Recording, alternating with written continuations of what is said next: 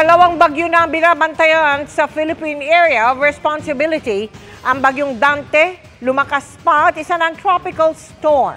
Habang ang isa pang LPA na binabantayan kahapon, ganap ng bagyo at pinangalanang bagyong Emong. Mabilis din niyang lumakas at isa ng tropical storm. Hinahatak ng dalawang bagyo ang habagat na nagpapaulan sa malaking bahagi ng bansa. Tumaas din ang tsansang maging bagyo ng LPA na binabantayan sa labas ng PAR. Mabagyong gabi po Luzon, Visayas at Mindanao. Magkasunod na nadisgrasya ang 3 barge at isang bangka sa magkahiwalay na lugar sa dagat na sakop ng Batangas. 11 ang sakay ng lumubog na bangka habang nagkatagas ang isa sa 3 barge. Ang latest sa mga sakay, alamin natin live kay June Veneracion na nasa Lian, Batangas. June.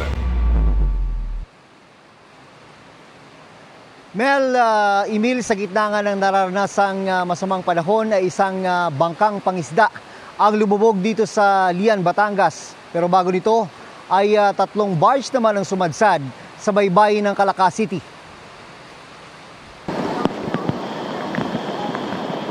Itinulak ng malakas na hangin at alon ang 3 barge na ito hanggang sumadsad sa baybayin ng Calaca City, Batangas noong Sabado ng umaga. Para pong lumilindol pa. Sa lakas? Pag nagbabanggaan po, malakas po ang alon. Sabi ng Philippine Coast Guard, posibleng napatid sa pagkakatali ang mga barge na dumaong sa bayan ng Balayan at napadpad sa Calaca. Nasa maayos na kalagayan ang 21 crew member ng mga barge na may kargang nasa mahigit 4,700 metric tons ng molasses. Yung isa sa mga barge ay nakitaan ng leak at may mga tumatagas nga na molasses, pero base sa assessment ng mga eksperto, wala naman daw itong banta sa kalusugan at kalikasan dahil ang molasses ay organic at kusa rin naman daw nawawala. Pero problemado ang mga mangingisda at residente dahil ang lugar na pinagsadsadan ay kanilang pangisdaan. Sir, mga may dulaw, minsan dilis, mga lagidlid, halos mga mamahalin din sir na isda, kaya malaki epekto sa amin sir. Wala kami buhay ngayon, standby na. Pero sa kabila niyan, pinagpapasalamat ng ilang residente na naharang daw ng mga sumadsad na barge ang mga naglalakihang alon.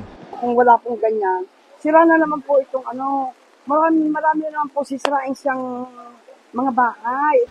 Isang bangkang pangisda naman ang lumubog kaninang madaling araw sa dagat malapit sa bayan ng Lian. Nakaligtas ang lahat ng 11 sakay nito.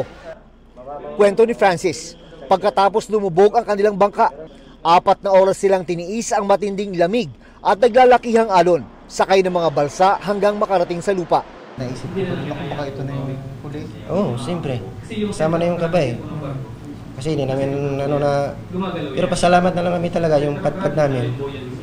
Patabi. Parang binalibag daw ng alon ang kanilang bangka hanggang sa ito ay lumubog. Pahinga muna siguro. First time mo ba na Pinas po? Oh, first time. First time kami lahat eh.